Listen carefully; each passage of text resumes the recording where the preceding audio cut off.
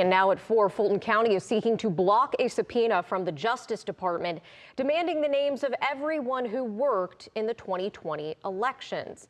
In a court filing, the Fulton County Board of Elections says the subpoena is a way for President Donald Trump to, quote, target and harass perceived political opponents. It comes after the FBI raided a Fulton County elections warehouse back in January and seized ballots and other documents from the 2020 election. Georgia's certified totals showed then President Trump lost in the state to Joe Biden by nearly 12,000 votes out of nearly 5 million cast.